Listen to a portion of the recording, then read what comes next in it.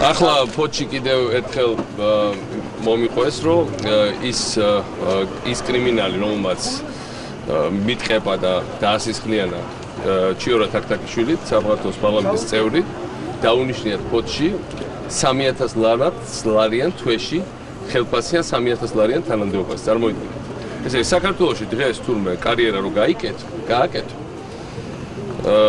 ამისათვის საკმარისია რომ ციხეში მოხვდე, მე იქიდან ამნისტიით გამოგიშვა, მე რომელიმე თავრობისთვის არასასურველი პოლიტიკოს დაესხა თავს, სასურველია კარგად ცემო და შემდეგ გიხსნება პერსპექტივა. ხო და ამის შემდეგ რა გასაკვირია რომ გუშინ ეს გააკეთეს ისევ ხელახლა. ერთ დეპუტატს გაუტეხეს თავი, მეორეს ცხვირი, მესამე პოლიტიკოს მოტეხეს ხელი. ახლა ალბათ ამათ აქვს უკვე თანამდებობის ამ კრიმინალებს თანამდებობის მიღების სტიმულიც და ალბათ დაპირებაც. მე ვთქვათ ხოლმე რომ აქ არ არის ჩაოლებრივი კრიმინალური საქმე. თუ ჩიორას ცემელი დღეს თანამდებობას ზის, ჩაოლებრივი კრიმინალი ნახეთ ტელევიზორში ვინ იყო ეს კაცი, ხო?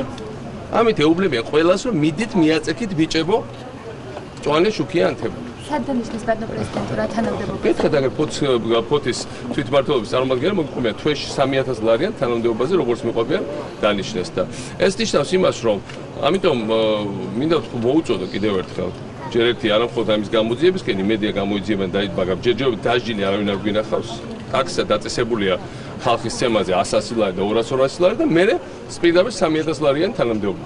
ასე რომ კიდევ ერთხელ მინდა ყველას მოუწოდო რომ ეს არ არის პოლიტიკური საკითხი.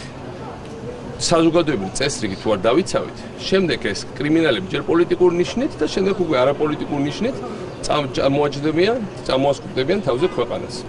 და კიდევ გუშინ დღეს ეს ვიღაცა ინფორმაცია შეიძლება გადაცესოთ, თქოს მე გუშინ არ ყოფილა, რა თქმა უნდა მე ჯგუფის დროს არ ყოფილა და რა თქმა უნდა მაგ დროს სამსახურში ვიყავი, მაგრამ მანამდე რამდენიმე ხნით ადრე ვიყავი ამ კაფეში და ისე როგორც ხშირად დავდივარ ბევრ ადგილზე და განსხვავებით სხვებისგან ერთ შუშის კოლბაში არ ვარ გამოკიდებული. დავდივარ, ვეურთიერთები ხალხს, სტუმრებს პატიჟებ და ასევე მინდა უთხრა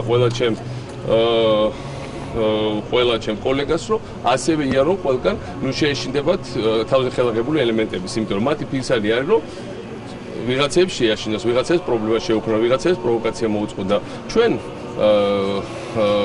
არავითარ შემთხვევაში ამის საშუალება ასეთ ელემენტებს და მათ უკან მიდგას არ უნდა მივცეთ. ჩვენ უნდა გავაგზავნოთ ნორმალური ცხოვრების ტემპი.